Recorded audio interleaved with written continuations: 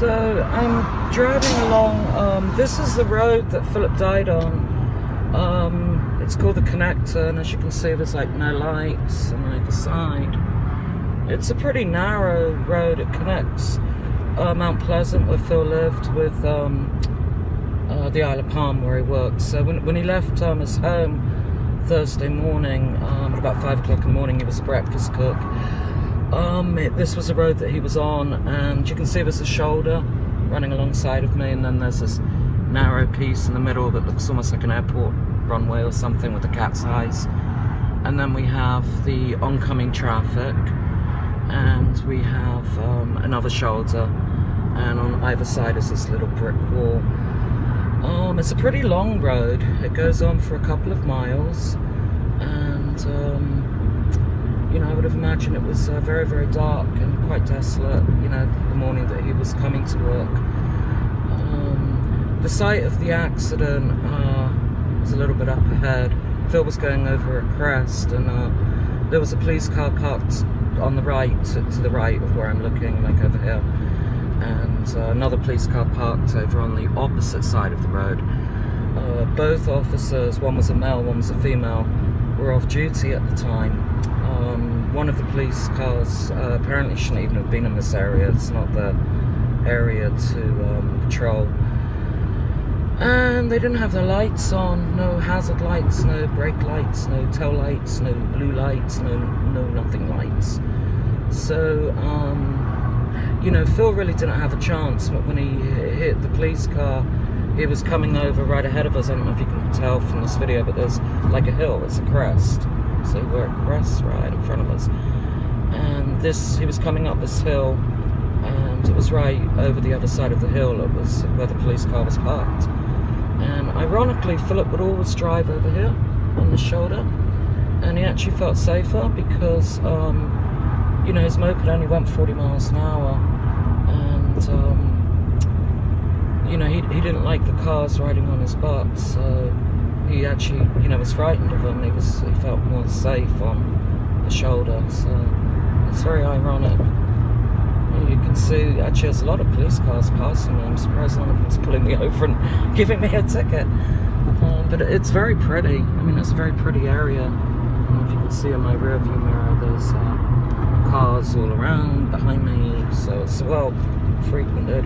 So right as we're approaching now is where, like, you know, where the accident actually happened, on this road. The police were very sketchy about the details. There was a lot that wasn't right immediately after questions about response times and inconsistencies. What I'm going to do, I'm going to go into my left lane. I'm going to pull over. There's some shops over here, and I want to show you there's a beautiful cross. Where is the beautiful cross? Damn, it's a little bit further on. I shouldn't have pulled into my left lane. Alright, I'm going to have to make a left, and then I want to show you the cross of that Naomi and Paul, where Naomi made this beautiful cross, and they placed it by the side of the road, but unfortunately I made my left a little too soon. So bear with me, and I can't change lanes right now. So Phil worked a little ways up ahead from where we're at right now. We're actually, this is called the Isle of Palm, where we are. I got a green light, so I'm gonna go. And I'm gonna lower my phone just so that I don't attract too much attention. Let's see if I can pull over and go around, yeah. Because I really want to show the cross. It's a very beautiful cross. It was made with red roses and hydrangeas, you know. Naomi works in a florist store, so she was there when she found out the news, and her boss has been incredibly supportive, and actually the whole restaurant just loved Philip, and I mean, who didn't, and they are actually hosting Phil's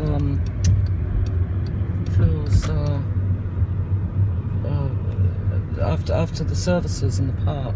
Why don't I see the cross? What the heck happened to his cross? Maybe I just missed it. Alright, I'm gonna do another U-turn. I think I'm breaking all sorts of laws right now. So what I'm going to do is I'm going to go back over the connector, this road, you know, where Phil was hit and killed. So I'm going to drive back, and the cross should be up on my right.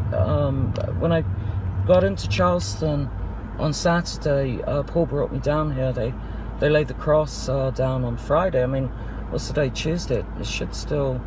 It was a very, you know, beautiful, like big, about 3 foot big, and all the flowers on it were quite fresh. And I don't know what happened to it, but I believe it was right up where you can see the speed limit sign, speed limit 55, which, like I said, brings the problem with the moped only being able to do 40.